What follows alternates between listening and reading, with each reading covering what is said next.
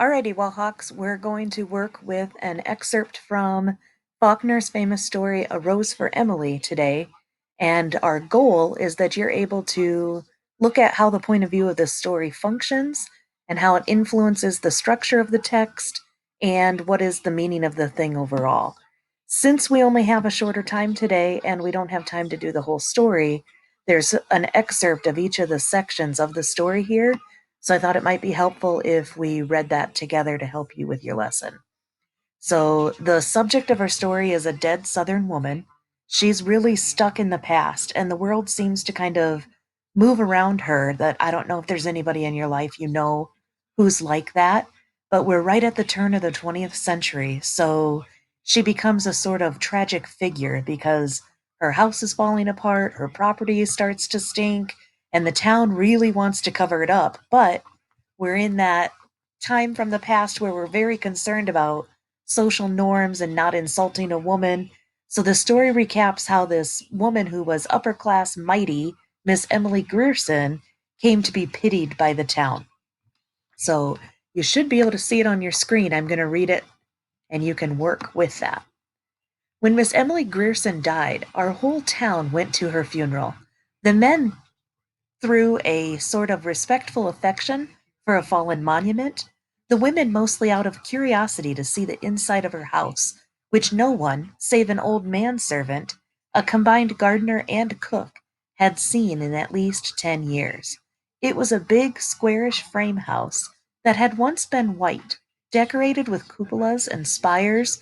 So if you've seen any of those Victorian homes around, those big beasts that have those pointed little round kind of castle-like parts, um, and scroll balconies in the heavily lightsome style of the 70s, set on what had once been our most select street.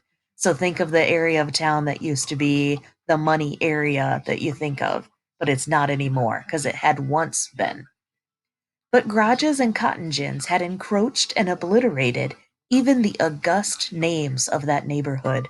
Only Miss Emily Grierson's house was left, lifting its stubborn and coquettish decay above the cotton wagons and the gasoline pumps, an eyesore among eyesores. So it looks pretty bad. It's one of those buildings that needs to be torn down.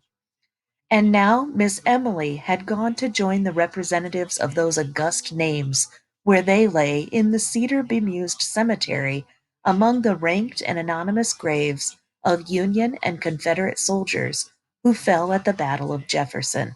So she's died. Alive, Miss Emily had been a tradition, a duty, and a care, a sort of hereditary obligation upon the town. So that sets up, we know our setting, we know our context, we've met our characters. We're going to skip the rest of that part one and jump into part two of the story to learn a little bit of more of the context and background of who this woman who just we found out died really was. Part two. When her father died, it got about that the house was all that was left to her, and in a way, people were glad. At last they could pity Miss Emily, being left alone, and a pauper, being poor. She had become humanized. Now she too would know the old thrill and the old despair of a penny more or less, meaning she has to take care of her money and watch what she's spending. The day after his death, all the ladies prepared to call at the house and offer condolence and aid, as is our custom. Miss Emily met them at the door, dressed as unusual and with no trace of grief on her face. She told them that her father was not dead. She did that for 3 days, with the ministers calling on her and the doctors trying to persuade her to let them dispose of the body. Just as they were about to resort to law and force, she broke down and they buried her father quickly. So, grief, denial, right? We're learning about our character through those actions. We did not say she was crazy then. We believed she had to do that. We remembered all the young men her father had driven away, and we knew that with nothing left, she would have to cling to that which had robbed her, as people will. So, what had robbed her, right? They're saying she had to hold on to her dad because she didn't have anyone or anything else. So as the story progresses and time marches on, there's a whole crew that comes from up north to work in the town. They're doing construction stuff, building sidewalks, and we meet another character, Homer Barron. So big deal that this southern high society woman would be seen with maybe a northern man, right? Because you're not supposed to break those society rules. So part 3 talks about that.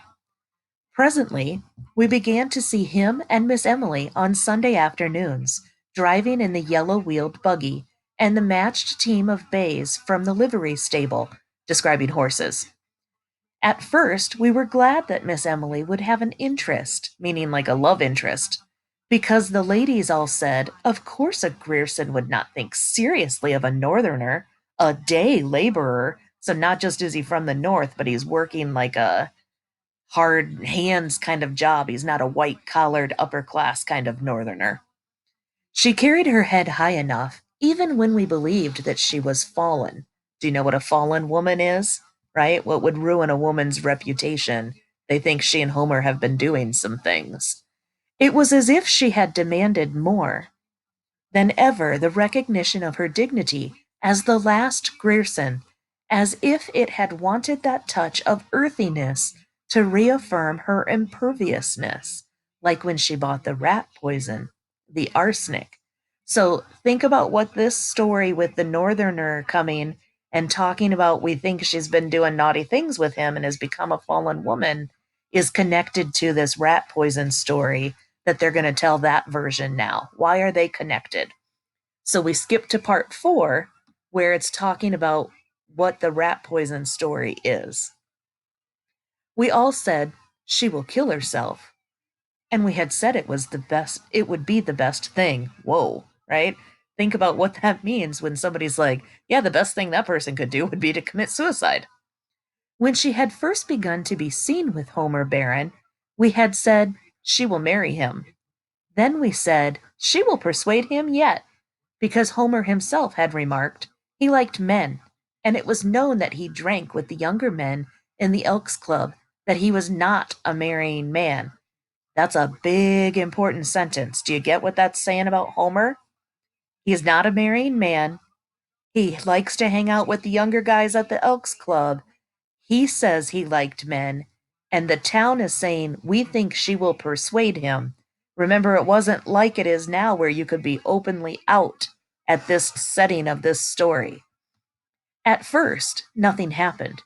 Then we were sure that they were to be married. We learned that Miss Emily had been to the jeweler's and ordered a man's toilet set in silver with the letters HB on each piece. What would HB stand for? 2 days later, we learned that she had bought a complete outfit of men's clothing, including a nightshirt, and we said, they are married. We were really glad. And that was the last we saw of Homer Barron, and of Miss Emily for some time. When we next saw Miss Emily, she had grown fat, and her hair was turning gray. During the next few years, it grew grayer and grayer until it attained an even pepper and salt iron gray, when it ceased turning. Up to the day of her death at 74, it was still that vigorous iron gray, like the hair of an active man. So, again, what's that information emphasizing? Time is passing, she's getting older, she's changing. From that time on, her front door remained closed, save for a period of 6 or 7 years when she was about 40, during which she gave lessons in china painting, and so she died. Fell ill in the house filled with dust and shadows, with only a doddering Negro man to wait on her.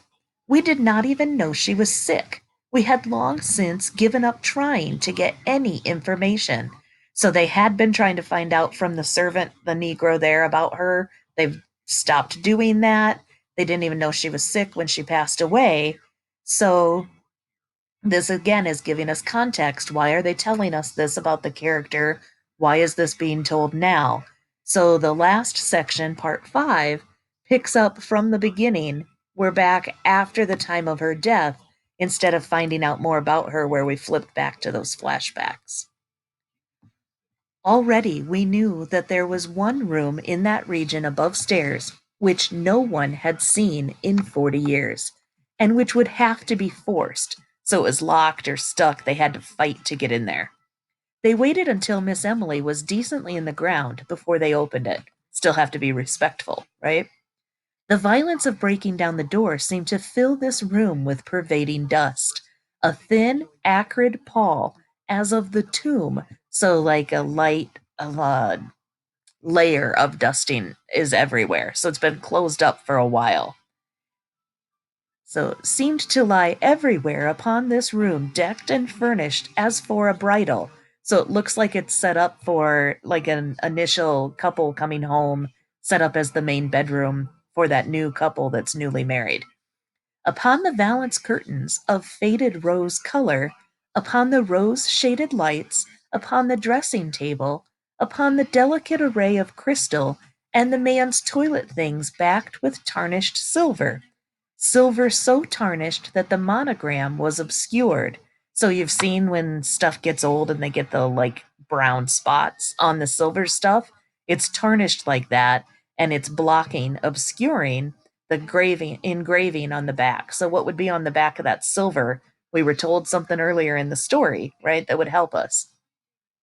Among them lay a collar and tie, as if they had just been removed, which, lifted, left upon the surface a pale crescent in the dust. So they've been there a while, right? That the dust is settled all around it. Upon a chair hung the suit, carefully folded. Beneath it, the two mute shoes and the discarded socks. So, like somebody just took them off. The man himself lay in the bed. For a long while, we just stood there. I'd stop too if I just saw a guy in the bed, right? All that dust says he's been there a while. Who is it? Looking down at the profound and fleshless grin, the body had apparently once lain in the attitude of an embrace, but now the long sleep that outlasts love. So, what's the longest sleep we have? That conquers even the grimace of love, had cuckolded him, so it got a hold of him. So what's grabbed him if he's laying here and has been laying here in this bed for this long? They're saying in a long, fancy way, he's dead, right? What was left of him, rotted beneath what was left of the nightshirt, had become inextricable, so you can't separate it, from the bed in which he lay, and upon him, and upon the pillow beside him, lay that even coating of the patient and biting dust. So he's been there long enough, there's that layer of dust on him, just like everything else we were getting the description of in this room. Then we noticed that in the second pillow was the indentation of a head.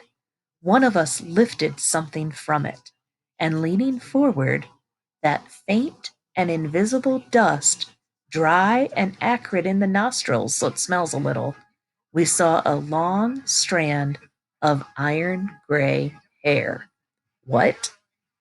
Right? Think about what that last sentence just revealed and shows us. So I gave you a little bit of my thinking as we read through there. You have this audio if you want or need to go back and hear any part of the story. You have this handout. Go back through the text, analyze, and do close reading to answer these three questions. One, why does the text begin with the note that the whole town attended the funeral? What does this tell us about the point of view of the story? And what does it show us about Miss Grierson? Two, what do the selected details reveal about the relationship between the townspeople and the Grierson family? How does this influence the structure of the story? And three, what probably happened to Homer and why? How do we know? Why don't we know sooner?